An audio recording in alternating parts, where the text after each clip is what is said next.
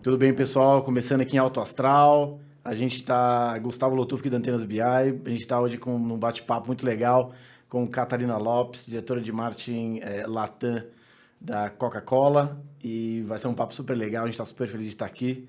E vamos nessa. Kat, Super Kat, muito obrigado por Bom ter dia, vindo. Como gente. vai? Tudo Tudo bem? bem? Tudo ótimo. Para a gente começar primeiro, se apresenta um pouco para a gente, né? Quem você é, o que faz, de onde vem, para onde vai. Sim.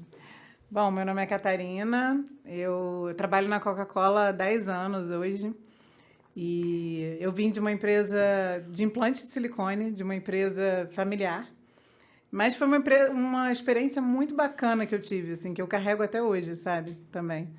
É uma empresa que eu tinha uma função de marketing também, mas que eu viajava o mundo todo, eu tinha muita autonomia. Então, várias coisas que eu aprendi nessa experiência de trabalho eu trago hoje, por incrível que pareça, mesmo estando há 10 anos já em bens de consumo. Não, porque é isso, né? A nossa carreira é super, sempre, enfim, nunca é uma trajetória, é sempre muito plural, né? E é bom ter experiências em lugares de, não só com perfis diferentes, tamanhos diferentes. Eu imagino que essa empresa seja um pouco menor do que uma Coca-Cola, ou Sim, não? muito menor. Ah, Uma tá. empresa menor, uma empresa mais técnica, né? Assim, onde fazer marketing era diferente, mas acho que teve muito aprendizado também. Estou há 10 anos na Coca, já passei por mais de quase 9 áreas lá. Então, comecei numa área que era uma área chamada de execução de mercado, uma área que era uma área de shopper, olhava um pouco de estratégia de mercado, fazia pesquisas de satisfação ao consumidor também, voltada mais para canais, etc. E aí tive uma experiência bem bacana lá na época de conhecer os 14 fabricantes que a gente tinha 10 anos atrás, hoje em dia são menos no Brasil. E depois de lá, passei pela área de pesquisa, né, a área que a gente chamava na época de Knowledge and Insights, que foi uma área muito transformacional para mim, né, porque me levou para o consumidor, né, nesse olhar de consumidor, de Human Insights, de entender um pouco, né, como transformar um insight num plano de ação, numa realidade, como usar os dados. Então, essa foi uma área que teve um impacto também muito forte assim na minha carreira, né. E aí, depois da área de Human Insights, eu fui para a área de marketing, vivenciei assim, o auge da minha carreira em Coca-Cola Brands mesmo. Então, fiquei 2 anos como gerente de marca para a marca Coca-Cola no Brasil. E aí foi assim, foi praticamente mágico para mim, assim, né? Foi apaixonante tocar uma marca que tem uma memória afetiva para mim enorme. Desde criança eu era apaixonada por Coca-Cola, sou uma Coca-Cola lover, assim, do produto em si, da marca também.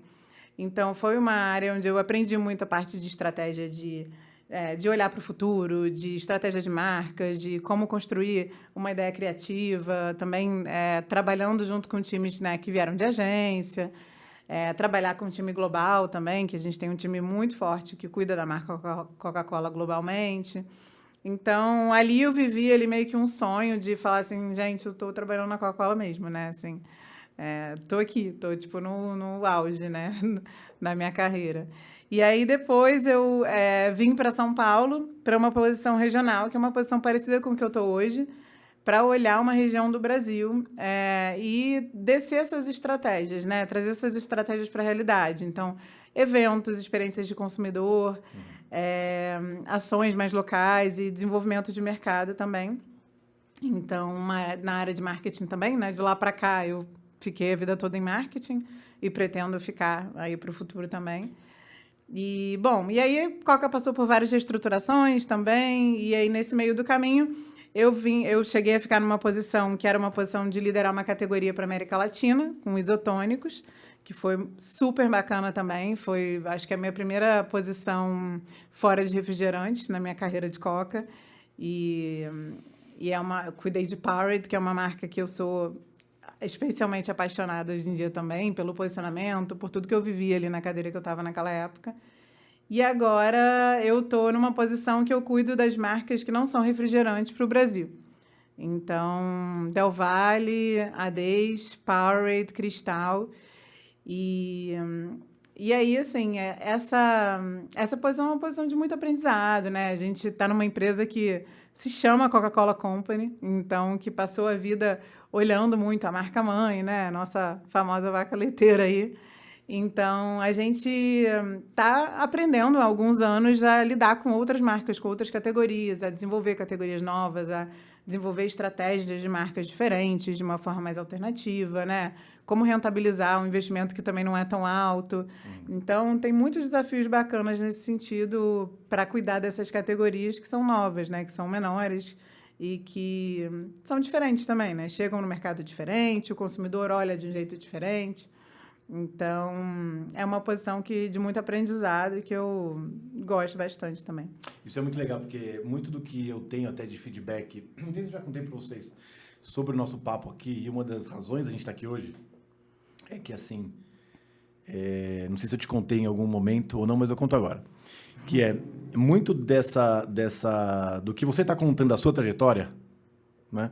Passando, inclusive, pela parte de, hoje chama Human Insights, mas vamos chamar de pesquisa, ou, enfim, qualquer outro nome que possa se dar, CMI, etc., depende da empresa, não tem tanta visibilidade, assim, né? As pessoas não discutem tanto essa área, né? Essa ciência da pesquisa, do entendimento do consumidor. Isso é pouco exposto na mídia, é uma coisa muito mais, às vezes, feita estrategicamente, internamente, e até, inclusive, na hora de elaborar cases, né? Não se mostram cases, né, de pesquisa, né?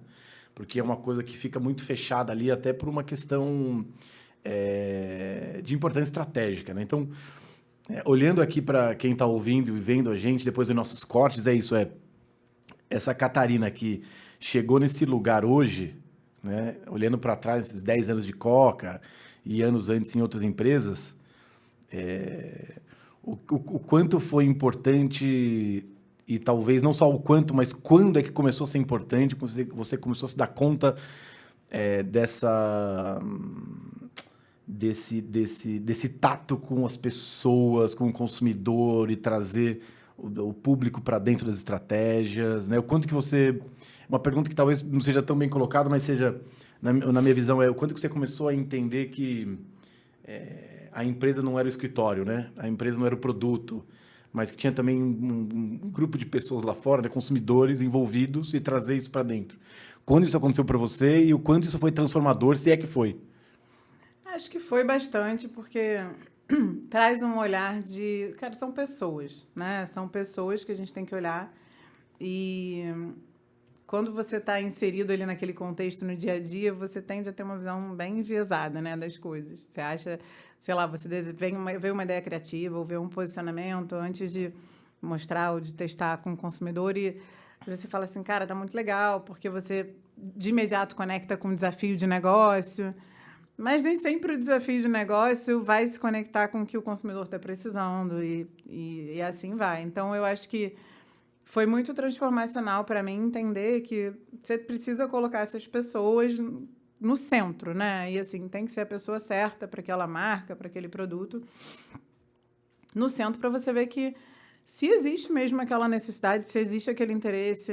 Eu acho que quando eu vejo as estratégias se desdobrando no mercado que não dão muito certo, eu vejo que tudo surge de um insight poderoso, né? Assim, quando o insight não é muito poderoso, e aí a atenção que aquela marca vai resolver relacionada àquele insight, ela é muito genérica, ou ela, de fato, não está explorando muito bem o que aquele insight que veio dos consumidores, isso acaba descendo numa ideia criativa, numa campanha, em algo que não dá certo no final, ou que fica muito na mesmice, que fica muito parecido com o que todo mundo está falando. Porque, no final, são as mesmas pessoas que estão consumindo várias categorias, várias coisas. Então, eu acho que aí está o gatilho, né? Assim, tudo começa ali, tudo começa no que eu preciso, o que você precisa, o que as pessoas precisam e sentem, o que as pessoas estão sentindo, né? O que será que está faltando na vida delas e como que a gente pode ajudar? Qual é a atenção que você acorda de manhã, você vai tomar seu café da manhã, qual a atenção que você tem, né? Você quer se sentir mais bem nutrido? Você quer se sentir atlético e sair correndo dali, né? O que é que você precisa, que uma marca nossa pode ou não resolver? Então, eu acho que tudo começa dali, desses sentimentos, desse insight. Eu acho que quando a gente consegue se esforçar para poder esmiuçar isso, eu acho que um briefing bem feito, um insight bem compreendido, bem aprofundado, se transforma numa boa atenção, numa atenção que faz sentido. E aí isso se desdobra num tom de voz, numa forma de falar de marca, nos benefícios de produto, ou no que for até, se a gente for falar de inovação, né? Muito mais assertivo, muito mais... que fala muito mais com as pessoas e com os nossos consumidores. Eu costumo brincar que tem que ser verdadeiro, relevante e diferenciado, né? Tem que ser verdadeiro para as pessoas, né? Para elas olharem e falarem, não, acredito nisso daqui, é verdadeiro, faz sentido. Relevante no seguinte sentido de, isso importa para mim, né? Relevante. Diferenciado é diferente do resto. E aí tem um quarto elemento que tem que chamar atenção também, que você bem trouxe aqui, né? Porque não adianta nada ser verdadeiro, relevante, diferenciado e não chamar atenção, não tá no canal certo, no momento certo, e eu perdi e passei, né? Ainda mais para a quantidade de mídia que a gente tem hoje. E eu acho que isso deve ser um desafio super, ultra, mega complexo para você, porque é o que você disse, né? Você hoje cuida de marcas e está numa empresa que cuida de marcas que basicamente estão 24 horas por dia. 24 horas por dia com a gente, né? Sim. Acho que talvez no café da manhã um pouco menos, talvez, né? Não sei se estou falando uma besteira muito grande, mas café da manhã um pouco menos, né? Café da manhã também. A gente tem categoria de sucos, né? Claro, suco, sim. A gente tem leite vegetal. Claro. 24 horas por dia. 24 horas na jornada do consumidor. A gente tem água, né? Que faz parte do dia a dia, que a gente chama de all-day hydration, né? Então, é uma jornada diária e quando a gente fala de bem de consumo, é algo que, né, facilmente você pode trocar também. Não é uma, né? Não, são produtos e marcas que você transita facilmente. Então, como que você faz com que essas pessoas realmente façam questão de estar com a sua marca, né? O que pode ser tão relevante assim para ela consumir a sua marca, o seu produto? É difícil, né? Quando você fala de água, por exemplo, é um bem tão natural, né? É tão básico, é tão commodity. Como que você gera valor com uma categoria como essa, né? É algo que a gente vem pensando bastante também. A gente traz um posicionamento novo, onde você tenta encantar as pessoas e emocionar as pessoas, mostrar para elas que pode ser algo a mais. Você pode trazer inovação de produto, né, para a categoria, para mostrar que a categoria pode trazer também uma brincadeira, uma indulgência, que ainda esteja na pegada de hidratação de naturalidade. Então, eu acho que o desafio está aí, assim, também de fazer sentido no dia a dia das pessoas, no que a gente chama de usage do produto, né? E na ocasião de consumo, que é o principal, né? Que é o que a gente vê hoje. Tem que estar central naquela ocasião, naquele momento para as pessoas. Porque uma coisa que a gente, de certa forma, pensa, olhando de fora, que trabalhar na Coca deve ser fácil, né? Fala assim, são marcas admiradas, tem um awareness altíssimo.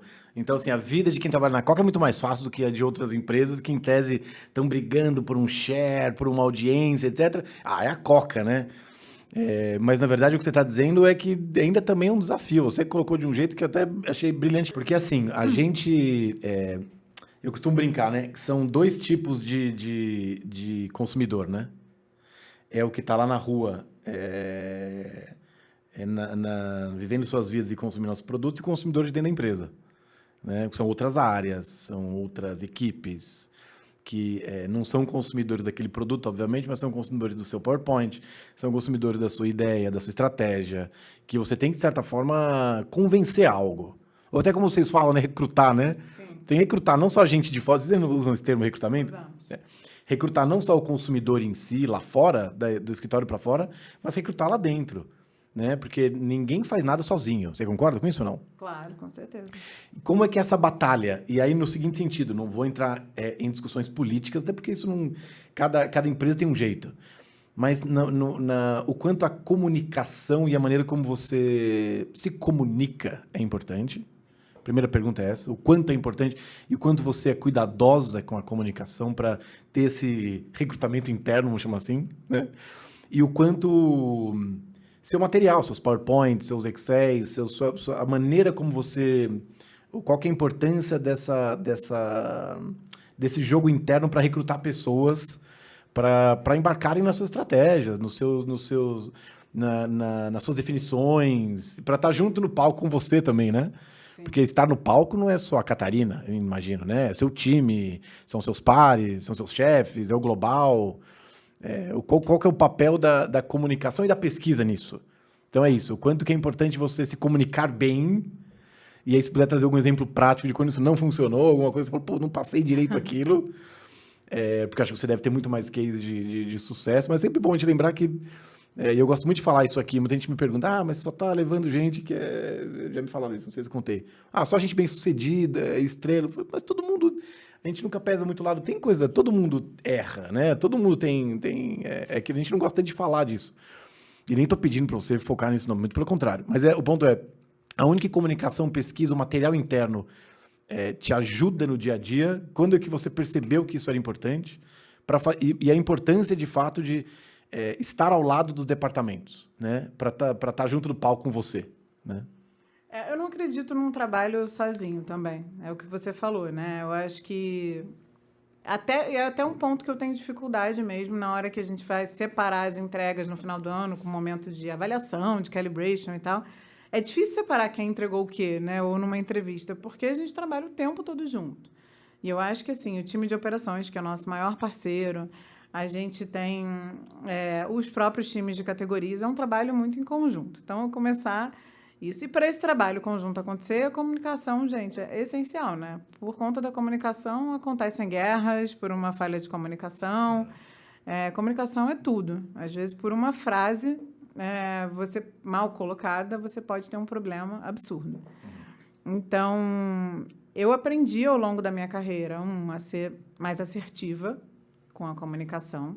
Então, principalmente em alguns momentos, eu sei que a gente precisa ser mais assertivo, dizer exatamente o que está acontecendo, por quê, e o que eu espero daquela pessoa. Então, acho que esse é um ponto importante, né? Dependendo da pessoa que você vai falar, que você precisa alinhar algum tema, você trazer mais a assertividade. E aí usar o dado, o material que for a seu favor nessa assertividade também.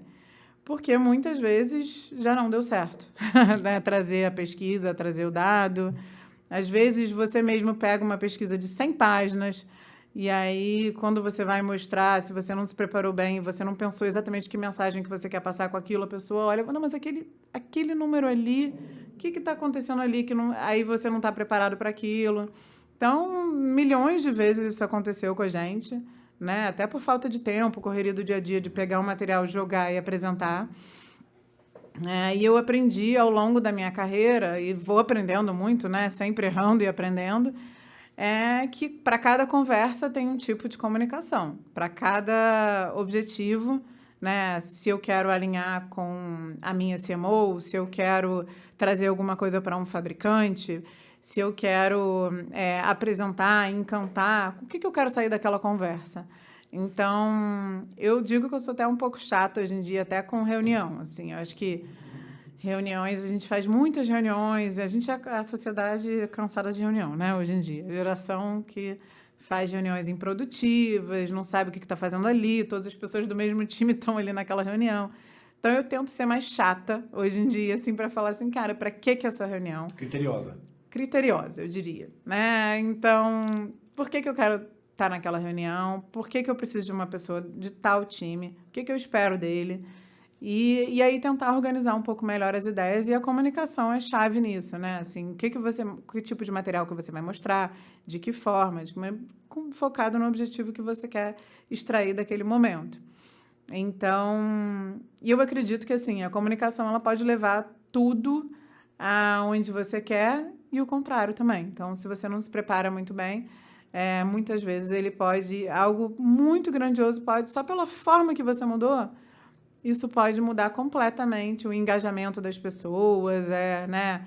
A compra de alguma ideia, ou enfim. Então, eu acho que eu prefiro parar. Eu tenho o perfil de preferir parar um pouquinho, pensar na forma que eu vou me comunicar, ou que eu vou levar para uma reunião, para uma apresentação, e depois elaborar e ir mais preparada do que sair fazendo, sabe? É uma coisa minha mesmo, pela experiência que eu tive já de alguns momentos e que não foram tão legais, eu prefiro me preparar um pouco melhor e depois eu chegar já um pouco mais estruturada, mais assertiva, né? Com um objetivo mais claro. E eu sinto que toda vez que eu faço isso, porque às vezes, obviamente, no dia a dia a gente não consegue fazer, mas toda vez que eu faço, eu consigo sair com um resultado melhor. Então, de uma conversa, de uma reunião, de um alinhamento, E é algo que eu acho que para qualquer empresa, né? Assim, eu acredito muito na comunicação não violenta também. Tenho estudado bastante sobre isso, sobre a forma de falar com as pessoas, a intenção que a gente coloca nas coisas. Nem sempre é algo que gera um impacto positivo, né? Que a gente sempre tem a tendência de responder, não, mas a minha intenção... Não, mas olha só, o impacto não foi o que a sua intenção demonstrava. Então, eu acredito muito também na forma de falar. Eu acho que ser diretivo, ser direto ao ponto, né?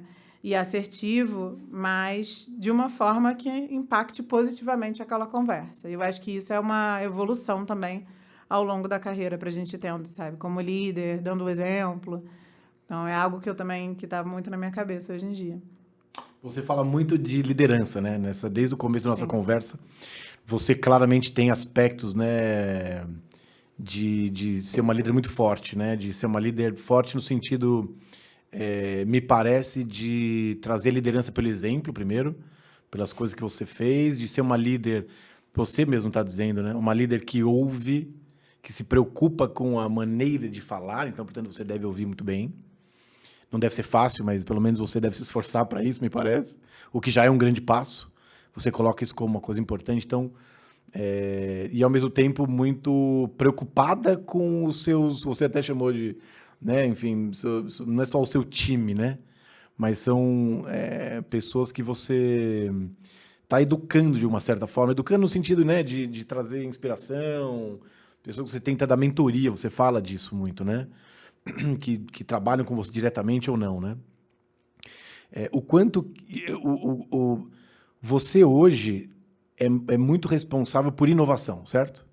Uma área que tem Não. inovação na veia... Também, sim. Faz parte também no nosso dia a dia. Não é só inovação, mas a gente é responsável pelas categorias mesmo. Desenvolvimento dessas categorias no Brasil como um todo. E a inovação, como são categorias mais recentes, é um pilar que é mais importante. É isso, porque a gente está falando de... Só para deixar bem claro, a gente está falando de água, a gente está falando de isotônico, Exato. de suco. O que mais que eu perdi aqui? Plant-based. Plant-based, exato, né? Que são marcas fortes, são marcas grandes e fortes, mas que estão em um mercado, como eu posso dizer, muito competitivo de uma certa forma. É isso? Muito... que precisa de inovação para sobreviver, para poder se destacar, para você estar sempre tentando encontrar produtos novos com benefícios novos. É mais ou menos por aí, né, ou não? Sim, eu acho que sim. São categorias em alguns... Bom, algumas categorias são menores, como de isotônicos, por exemplo, né? E são categorias que você precisa ensinar ao consumidor do que se trata, para que serve, que papel que tem na vida deles. Então, às vezes, a inovação ela tem esse papel, né? De trazer uma novidade, de gerar aquele craving pelo produto, né? Então, e de trazer uma conexão maior com a própria marca, né? Do consumidor olhar e falar, poxa, uma marca inovadora que está trazendo novidade para mim, dentro de uma categoria que às vezes está entrando na vida dele. Então, ela tem um papel, eu não diria que essencial, que sempre tem que ter muita inovação, que eu acho que também é outro mito, né? Que muitas vezes as pessoas acham que vai ser solucionado tudo através de uma inovação. Não acho que seja esse caminho. Também, com certeza, já tivemos erros aí nesse sentido. Mas que a inovação tem, sim, seu papel, muitas vezes, né? Ela bem feita, para o momento correto, para complementar aquele portfólio, acho que é importante, sim. Me conta mais disso, porque eu ouço muitos executivos me chamando e falando assim, a gente precisa inovar. E eu passo 2, 3, 4, 5 reuniões, e eles falam assim, tá, mas inovar como? Inovar por quê? Qual é o desafio? Não, a gente tem que inovar, não tá legal, o produto ou o preço, tem que inovar em alguma coisa. A categoria precisa de uma disrupção. Tá, mas inovar onde? É no produto, inovar na comunicação, a gente tem que entender, porque parece hoje, né, o que eu sinto, pelo menos, não sei qual que é a sua opinião. Talvez vou chutar aqui, um corte de uns 10 anos para cá, essa geração agora de millennials, né, que somos nós aqui, na liderança das empresas nessas áreas, a gente parece que inovação é crucial para existir. Você discorda dessa ideia? Discordo. Eu acho que inovação de pensamento, de ideias é essencial. Check. Acho que é muito importante a gente desconstruir mitos, como a gente falou, a gente pensar diferente, a gente não se prender a verdades, a gente tentar sempre trazer algo disruptivo nesse sentido. Então, isso sim é essencial para o dia a dia das marcas, para o pensamento criativo, para a estratégia de marcas que às vezes já estão há muito tempo. É importante você inovar e pensar. Agora, lançamento de produto, inovação nesse sentido, eu acho que nem sempre é a solução. Eu acho que muitas vezes a gente se apoia nela, e aí é meu ponto de vista mesmo, assim, a gente se apoia muitas vezes numa inovação achando que ela vai solucionar a vida, todos os problemas de uma categoria ou de um produto, sabe? E às vezes você tem um bom produto, uma boa marca, e tem algo que eu acredito muito, que a gente vem falando bastante até, é que a gente sempre tem aquela tentaçãozinha criativa, né? De trazer coisas novas.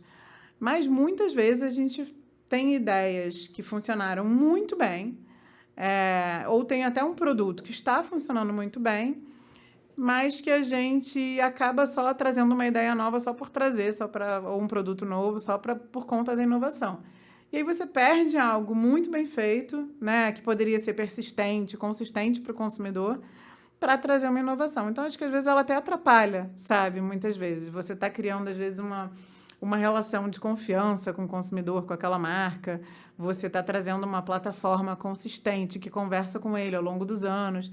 E aí você desapega de tudo aquilo só para trazer algo novo. Muitas vezes, às vezes, alguém assume uma posição nova. Porque inovação, de certa forma, ou quase que em medida completa, é você atender uma necessidade não atendida, né?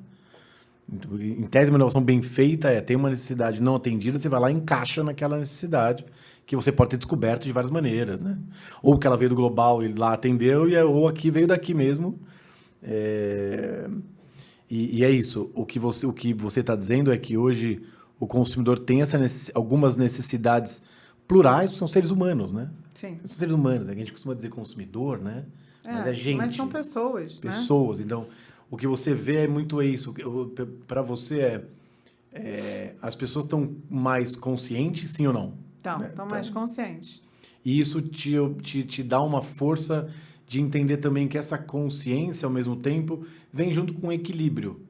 O equilíbrio não só no sentido de não pode pesar tanto a mão para o lado, digamos, mais indulgente, mas que tem que ter seus momentos de prazer, de alegria, que vem historicamente, desde que somos crianças todos, né? Vamos falar um pouco de cultura, né? Você é uma pessoa, pelo que eu entendi já, até de outras conversas novas, super preocupada com formação de pessoas, cultura de equipe, mentoria. Aonde isso, ouvindo você realmente tem um tom, como eu posso dizer, talvez até professoral, assim, né? Uma coisa, você tem uma calma do mestre, né? O mestre é aquele que traduz coisas complexas de um jeito... a pessoa quando faz o mestrado é isso, né? Ela consegue traduzir a teoria de um jeito que os alunos entendam. Quando que isso nasceu em você? E como que você toca isso no seu dia a dia? E a importância disso para você? Eu acho que, olhando para trás, nasceu quando eu nasci. Assim, eu acho que eu sempre tive, desde pequena, uma fortaleza que hoje eu olho para trás e eu nem sabia que era, né? Assim, que eu era sempre amiga de todo mundo, apaziguadora, que escutava muitas pessoas, que protegia algumas pessoas. E aí eu acho que eu fui evoluindo isso ao longo da minha, né, da minha vida. Eu fui evoluindo como que eu trazia isso para o mundo e como que eu queria impactar isso. Então, algumas coisas eu fui entendendo, que não necessariamente todo mundo precisava gostar de mim, né, que eu podia ser eu mesma, né, que eu também gostaria de ser escutada e que eu poderia também pedir ajuda, porque eu sempre fui a pessoa que ajudava e que escutava mais. Então, hoje eu cheguei a gente diz que depois dos 40, eu acho que depois da maternidade também, eu me senti muito empoderada para falar as coisas, para me colocar, para me apropriar das minhas fortalezas. Eu acho que, assim, uma delas é essa, de ter uma escuta muito ativa, de ter empatia, de conseguir olhar ao meu redor e ver como que eu posso ajudar as pessoas e fazer com que elas extraiam o potencial delas. E eu comecei a ver isso dentro do trabalho como algo muito poderoso, porque eu não era mais só a Catarina da escola, que era amiga de todo mundo e que, né, poderia transitar entre todo mundo. E sim uma pessoa que consegue construir relações que são relações duradouras, que são relações efetivas, que se transformam em um trabalho bacana, etc. E aí eu comecei a olhar isso com mais carinho, com mais cuidado, e entender que isso tem um potencial enorme como líder de pessoas também e como inspiração para novas gerações, assim, de mostrar como o bem-estar, como a parte mental, como o equilíbrio na nossa vida é muito importante no nosso dia a dia e de mudar um pouco também a forma de dar feedback para as pessoas, a forma de falar sobre a carreira, sair daquele lugar do, olha, você foi ótimo aqui, mas vral, né? Uma lista de coisas que tem que melhorar. Você tem que melhorar isso, isso, isso e isso mês que vem. Não, peraí. Como que você se sentiu sua entrega esse mês, né? Como é que foi? O que você achou? Ouvir um pouco mais, né? E aí vem um pouco a comunicação não violenta também, que eu gosto de estudar sobre o assunto. E eu acho que é uma forma muito interessante, muito direta também, de falar com as pessoas. Não é só empática, mas sim direta, de falar, de ouvir, de dizer assertiva, né? Ouvir o que as pessoas têm a dizer e construir em cima. Então, eu comecei a olhar muito para a carreira das pessoas e para as pessoas individualmente dessa forma. Será que eu estou extraindo o maior potencial dele? Será que ele está infeliz nessa posição, ou nesse momento, ou nessa situação? Como que a gente resolve para ele, né? Especificamente isso? Eu resolveria dessa forma, mas será que ele resolveria dessa forma? E será que a melhor maneira de resolver é do meu jeito ou do jeito dele? Será que ele está na posição correta para a carreira dele, que ele vai ser muito feliz? Então, às vezes, até num feedback difícil, mais negativo, pensar sobre esse assunto também, né? Como que eu ajudo essa pessoa a ser mais feliz? Eu acredito muito no potencial das fortalezas mesmo. Eu acho que, como eu falei antes, a gente é feliz com o que a gente faz muito bem e é onde brilham nossos olhos e é onde a gente vai se destacar. E a gente tem o edge também das nossas marcas próprias, sabe? E eu gosto de olhar para as pessoas e tentar descobrir qual que é esse edge, né? O que essa pessoa específica tem de especial e que ela pode colocar na potência máxima, né? Qual é talvez a área que vai trazer esse brilho nos olhos para ela, ou algo que vai complementar a carreira dela, ou uma forma de tratar as pessoas, de solucionar os problemas, que vai ser do jeito dela, que vai ser diferente. Então, é algo que eu sempre me preocupo. Eu também sempre ocupei um lugar de referência no sentido de bem-estar, de cultura, de ser uma pessoa que levanta a bandeira para manter uma cultura bacana de trabalho, leve. Gente, eu tô fadada de grosseria, de gente chata, sabe? Não é que a gente não lide com isso no dia a dia, mas pra quê, sabe? Assim, eu sou meio prática nesse sentido de falar, gente, olha só, eu acho ótimo ser assertivo, mas grosseria é uma coisa e assertividade é outra coisa, né? Vamos tratar as pessoas bem, vamos escutar as pessoas, para poder chegar a um ponto de vista rico, diverso, em conjunto, né? Então, acredito demais na diversidade, cada vez mais eu tenho me letrado sobre questões raciais, de gênero, em todos os sentidos. Então, é algo que eu sigo aprendendo muito e eu vejo que é algo também muito importante, que traz um pensamento diverso, traz um resultado plural para uma ideia, até para uma resolução de problemas. E então isso tudo foi me revelando um pouco esse olhar meio de pessoas, assim, sabe? Que é um olhar super sensível, mas que eu sempre carreguei comigo, desde pequenininha, sabe? Acho que foi algo da minha educação também, do meu pai, que era uma pessoa muito sensível, da minha mãe, da forma que ela me criou. Então, eu acho que eu fui carregando isso e acho que no profissional, no trabalho, eu tento imprimir dessa forma, sabe? Estando muito presente, falando, às vezes, as coisas certas, de forma madura, levantando a mão para a liderança. Eu não sou uma pessoa que tem medo, não tenho medo de falar, sabe? Eu acho que se for da forma certa, como a gente falou, comunicação é tudo, né? Então, se você se comunica bem, da forma correta, por que não? Por que não dizer o que você está enxergando, né? O que está acontecendo? Às vezes não dá certo, né, gente? A gente não vive num mundo de Sofia. Nenhuma empresa é perfeita, nenhum lugar é lindo, cor-de-rosa, etc. Ninguém é perfeito. Ninguém é perfeito, mas eu acho que não custa colocar as coisas, falar. E eu tento estar sempre presente, assim, nesse tipo de agenda, sabe? Olhando para as pessoas, ver como as pessoas estão se sentindo, como que está sendo explorado o potencial de cada um deles, que está próximo de mim. Então, é uma coisa meio que eu persigo, mas elas me perseguem também, sabe? Fazem parte de um ciclo, assim, meio natural aí do meu papel, sabe? Na carreira. Eu acho que não só... Eu fiz um mestrado em liderança criativa, né? Não sei se eu te contei. Esse é um tema, para mim, que mexe não só com a minha cabeça, como com o meu coração. Por 2 razões. Eu acho que esse tipo de approach, fazendo um parênteses rápido, depois eu vou fazer uma pergunta, ele vai numa linha, e eu estou tentando explicar já por que vai nessa linha. Mas antes disso, deixa eu fazer essa introdução rápida. Que é assim, essa liderança que eu vou chamar de criativa, mas a gente pode dar o nome que a gente quiser, tá? Liderança empática, liderança inclusiva, vamos chamar de criativa para dar um nome. Ela também tem um resultado de negócio de produtividade muito maior, ou maior, né? Então, ela não é somente... o que eu digo, né? Para mim está muito claro, assim, mas posso estar errado. Afinal, não estou com você no dia a dia, mas você é uma líder claramente também por conta dessa sua preocupação. Né? Tem líderes e líderes, né? Você é uma construtora de pontes, né? Tem líderes que não, que eles gostam de explodir pontes, tem líderes que gostam de repensar processo. Você é uma líder de pessoas, né? É uma líder muito voltada para o recurso humano da liderança, né? Claro que para mim isso é muito legal, com certeza para a empresa deve ser muito legal.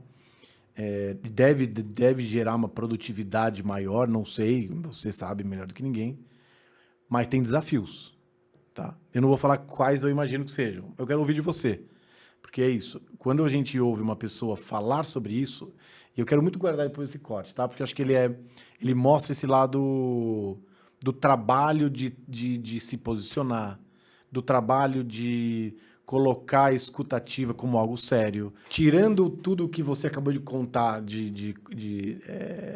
obviamente, das suas preocupações sobre essa mentoria, liderança de uma forma inspiracional e também preocupada com o recurso humano, qual que é o desafio, assim? Quais são as dificuldades de ser assim? É isso que eu queria saber. Bom, é a história da criptonita, né? Assim, o que a gente é muito forte, a gente tem que tomar cuidado para não atrapalhar a gente também, né? Então, eu acho que a gente tem que escutar muito as pessoas, eu tenho muita empatia, tenho todo esse olhar, mas tem horas que a gente precisa saber também até que ponto que talvez a pessoa só precise de um direcional mesmo, né? Então, até um pouco a maternidade, acho que a gente falou isso no começo, né? E tem muito disso. E eu aprendi muito, inclusive, na maternidade, a exercer isso, né? Onde que está o limite, né? Da psicologia positiva, né? De dar escolhas, né? E de escutar, mas também não só de falar. E como líder, você precisa direcionar também. Então, os mais jovens, quem está aprendendo, também precisa de um direcional claro, né? Eles não precisam, não dá para eles o tempo inteiro fazerem as próprias escolhas, né? E terem tomadas de decisões. É por isso que você está numa posição de liderança de pessoas. Então, eu acho que está um pouco aí nesse equilíbrio, né? O desafio. E muitas vezes em ser mais dura, né? Então, ser a pessoa que tem empatia, que olha pelas pessoas, que consegue ser assertiva nesse direcional. E, ao mesmo tempo, tem momentos em que a gente precisa simplesmente ser um pouco duro mesmo, né? Falar verdades nuas e cruas. Que, claro, é mais difícil para uma pessoa como eu ser uma pessoa mais dura, mais diretiva nesse sentido, de falar isso não tá legal, né? Do que talvez para uma outra pessoa que não está tão preocupada com o impacto que vai ter. Então, eu acho que esse equilíbrio é o que é o mais difícil. Então, por isso eu digo que tem a história da comunicação não violenta, porque eu acho que ela traz um pouco esse pano de fundo de ser assertivo, mas sem ser violento, de ter conversas difíceis de forma com qualidade, né? Então, eu acho que está um pouco aí esse equilíbrio, né? Eu acho que o equilíbrio entre direcionar, trazer soluções prontas ou estimular com que a pessoa traga e pense, etc. Acho que é um pouco por aí. Não, eu vou ser super, super claro na minha pergunta agora. É Tá. assim, para as pessoas que estão te ouvindo aqui, e entendendo que a Catarina tem essa liderança, até de certa forma, eu vou chamar de afetiva, tá? Não no sentido afetivo de ser carinhosa com todo mundo, mas uma liderança afetiva de levar em conta o outro, essa liderança inclusiva. Como ser mais Catarina? Como é que as pessoas que estão agora nesse cargo, talvez próximo do seu, ou que já estão no seu cargo, ou têm ele numa posição de diretor executivo alto, porque é muito difícil, né? É um negócio, é muito complexo. Tanto que hoje se discute muito sobre o líder e o chefe, né?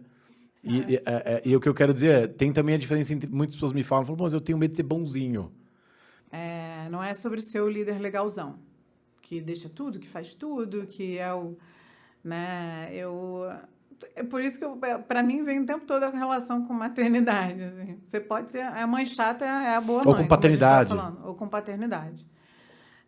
Mas eu acho que não é sobre ser bonzinho, é sobre ser diretivo, mas tem duas coisas que eu acho que são importantes. Assim. Tá até meio clichê, hoje em dia, falar nisso.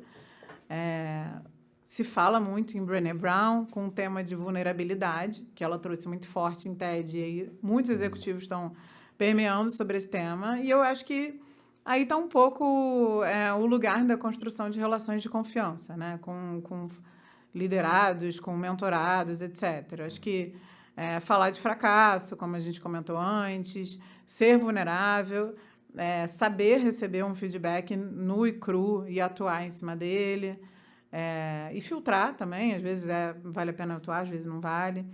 Então, acho que, primeiro de tudo, eu diria que a história da vulnerabilidade, que parece um clichêzão, né? Tipo, só para você chegar na frente de todo mundo e falar ou contar alguma vergonha, ser alguma coisa, não é sobre isso. É sobre você construir relações de confiança falando sobre os seus fracassos, sobre os seus erros, sobre... Né, também escutando feedbacks e atuando em cima. Então, esse é um primeiro ponto que eu acho que faz toda a diferença e impacta as pessoas no dia a dia e faz com que eu consiga construir essas relações de confiança e que não seja só a líder legalzona, né? E criando esse ambiente onde as pessoas se sintam à vontade a falar também sobre os erros delas, né?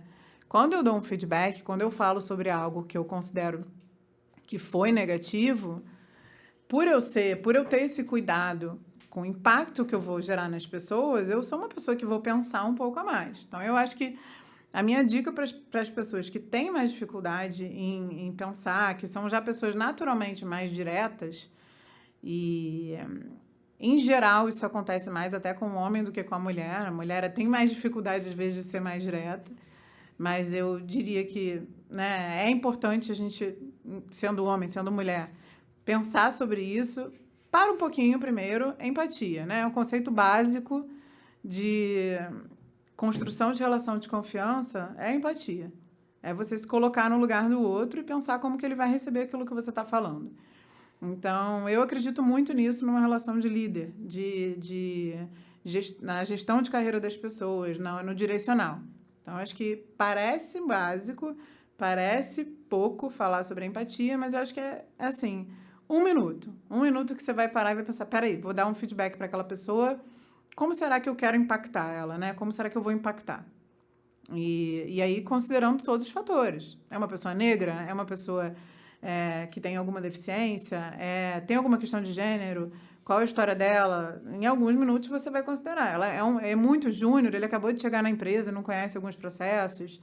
Como será que ele vai receber esse processo, esse feedback ou essa dica? Eu acho que, assim, esse minuto de pensar, de empatia, de se colocar no lugar do outro, já te traz para um outro lugar, né? E isso vai gerando relações de confiança. Então, a vulnerabilidade nada mais é do que, às vezes, quantas vezes eu também não pedi desculpas, né? Então, devo virar e falar assim, realmente, gente, eu errei, desculpa, não estou certa. E é um líder pedir desculpa e depois falar, vamos fazer diferente. Eu não estou sempre acertando, né? A gente erra e acerta. Eu aprendo muito com pessoas novas, com a geração Z, com a provocação que eles têm, com a autenticidade. Eu falo muito, eu tenho um menino do meu time que eu sou apaixonada, e ele é super autêntico. Eu falo, cara, você não pode perder isso, né? Que é algo que antigamente a gente não tinha, né? Hierarquicamente, para cima você só estava aprendendo para cima, né? Para baixo, não. E eu acho que tem muito aprendizado, tem que ter humildade de você olhar para quem você está liderando e falar, me ensina, me diz o que você acha, qual é o teu ponto de vista aqui, né? Eu tô te dando esse feedback, eu vi aqui alguma coisa que eu não achei bacana, mas o que você achou? E escuta a pessoa também, sabe? Então, a empatia é um pouco isso, humildade, né? De nem sempre achar que você tem as respostas só porque eu tô há 10 anos numa empresa ou só porque eu tenho uma carreira de 15 anos, etc., sabe? E eu acho que, independente da posição, eu vejo que isso vai fazer muita diferença no futuro.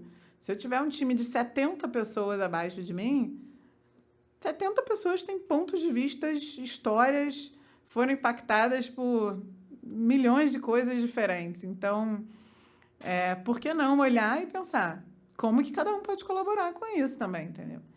Então, eu diria que, assim, vulnerabilidade, humildade, ajudam nessa construção toda, sabe? Porque isso é humildade, eu acho. Para mim, o teu palavra-chave é humildade. Humildade, ela vem de humus, né? É pé no chão. Humildade é ter pé no chão, basicamente. Humildade não é diminuir uma capacidade sua para ser aceito pelo outro, né? Não é parecer menos do que é para poder ser aceito. Humildade, enfim, ela vem disso, é de pé no chão. Você é pé no chão e entende as suas fraquezas, né? Afinal, mesmo um líder, chefe, tem fraquezas que até te colocam num lugar muito próximo e te conectam com os outros, né?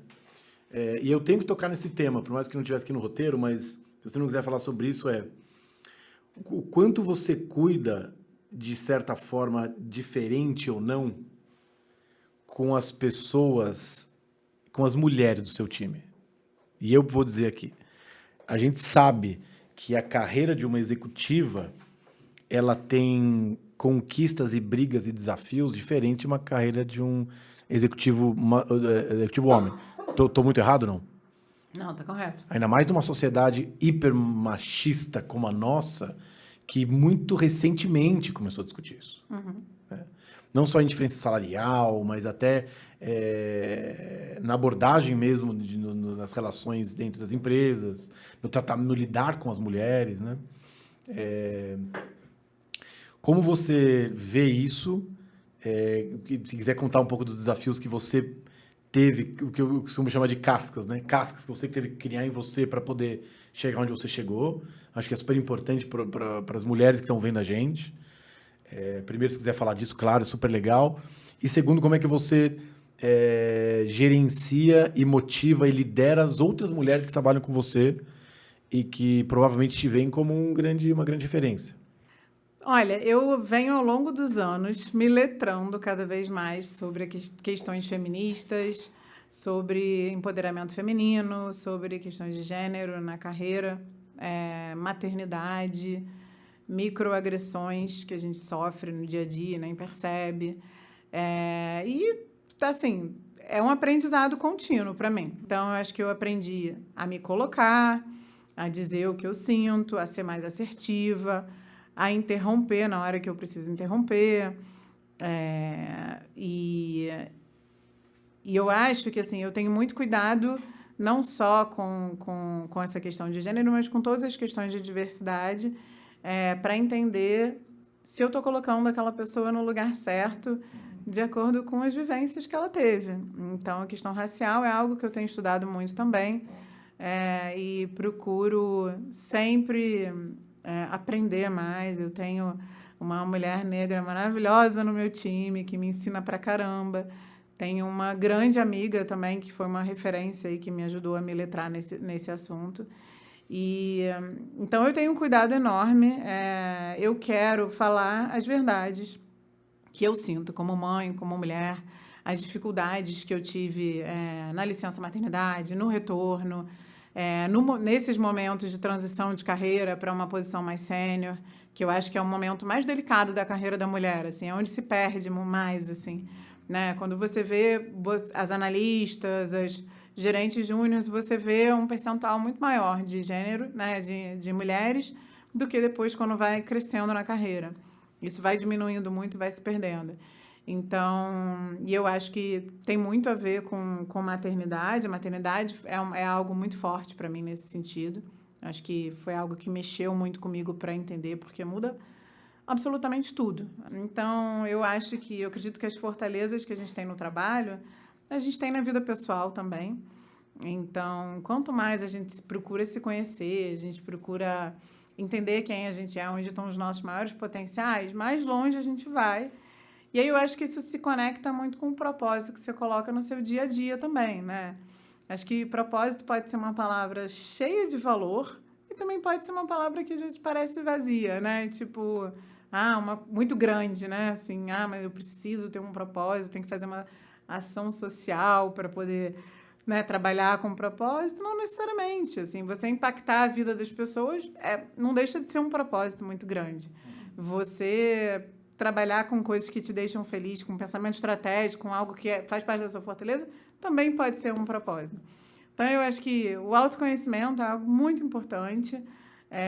A empatia é um conceito, para mim, básico da vida, mas que eu acho que muda a sociedade, muda a forma como a gente se comunica, a forma como a gente se coloca no mundo. Então, eu diria que para prestar um pouco mais atenção nisso.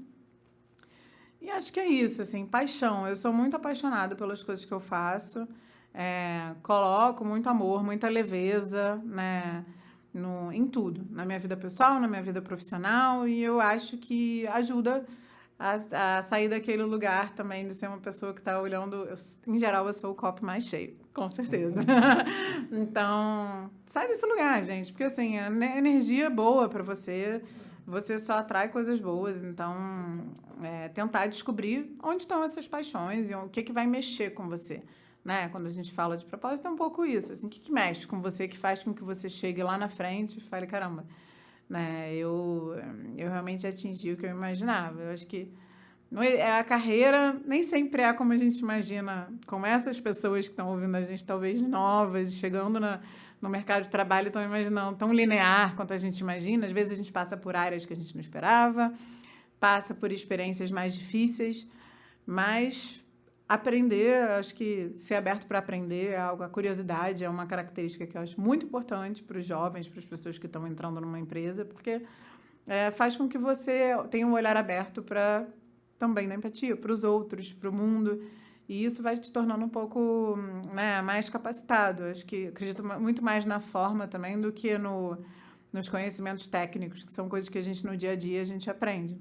né, muito rápido, assim. Eu acho que o jeito que você se comporta, o jeito que você se coloca e a forma como você imprime, assim, as suas fortalezas e o seu eu aí maior é o que vai fazer a diferença na sua carreira. Eu acho um pouco isso. Não tem nenhuma frase assim muito de efeito, mas acho que é isso. Não, que tem um parágrafo, é muito melhor. Muito legal, acho isso, né? Eu estou me inspirando com o que você está dizendo, né? Tem como líder inspiracional, você acaba inspirando os outros. O que eu costumo, como eu penso e corroboro com o que você disse, a gente, e eu costumo dizer isso em reuniões, assim, cara, a gente tem um papel, né? A gente tem um papel, por mais que a gente esteja discutindo uma coisa super pontual, às vezes, a gente tem um papel e a gente tem uma capacidade de mudança muito grande. O que a gente está fazendo aqui, em reuniões, em equipes, no dia a dia, vai impactar outros. Vai impactar outros não só no mercado, numa decisão que você toma na estratégia, né? Tem impacto. Sim. Como também vai impactar aqueles que estão do seu lado, que eles estão te olhando, eles estão se referenciando. A gente vive em sociedade, então tudo que a gente está fazendo, pensando e falando tem impacto e muda. Né? É isso, é o que eu costumo dizer, nós somos agentes, né? A cultura não está lá fora. Né? Mas é que o mundo hoje... Não, o mundo hoje somos nós aqui, né? Mas é que as pessoas... Não, tem as pessoas, nós somos as pessoas, né? Então, quanto mais a gente tiver consciência disso em todos os momentos, difícil em todos os momentos, mas é isso, na hora de compor uma equipe, na hora de vender mais água, isotônico, na hora de pensar no consumidor, na hora de bater o martelo num PowerPoint, falar assim, peraí, cara, qual que é o impacto disso lá na frente, nas vendas que eu vou ter? Porque até aqui, essa decisão vai sair dessa reunião, né? mas também qual que é o impacto disso com quem está do meu lado, né? Que exemplo que eu estou dando para quem é ou que está do meu lado, ou que é meu chefe, ou para o global, é um pouco isso, né? E para mim, o autoconhecimento é talvez como você repetiu várias vezes aqui, é a espinha dorsal para tudo isso, né? Porque daí você sabe dos seus limites, né? Você sabe... Sim. E essa tal felicidade, né? Assim, a gente está o dia inteiro no trabalho. Né? O trabalho não é para ganhar dinheiro, gente, só. Né? Assim, o dinheiro está ali, a gente precisa. A gente mora, né? Vive numa sociedade capitalista e tudo, mas... Como que você faz daquele seu trabalho o melhor possível, mais leve, né? Porque, assim, felicidade utópica, de ser todo mundo muito feliz todos os dias, não vai ter. Tá tudo bem errar, tá tudo bem você chorar, você desabar, você, em algum momento, não poder. Então, tem que se cuidar, tem que ter um equilíbrio, tem que cuidar da saúde mental, que é super importante. Tem que fazer as coisas que você gosta e buscar um equilíbrio aí na vida pessoal e profissional, que no final é uma vida só. Acho que não existe essa divisão, né? Tudo se funde, você é uma pessoa só. Então, eu acho que é isso, assim. E o autoconhecimento, acho que ele ajuda demais, ele destrava um monte de coisa. Né? Não, é isso, né? E ser feliz é um trabalho. É um trabalho, É um trabalho gente, diário. Tem que estar no trabalho. Não é que vai, agora eu sou um feliz. Não. Pois é. É um trabalho que a gente tem que estar sempre... Porque a palavra trabalho... Nossa, cara, super legal. Muito obrigado. Obrigada a você. Foi ótimo. Muito obrigado, de verdade.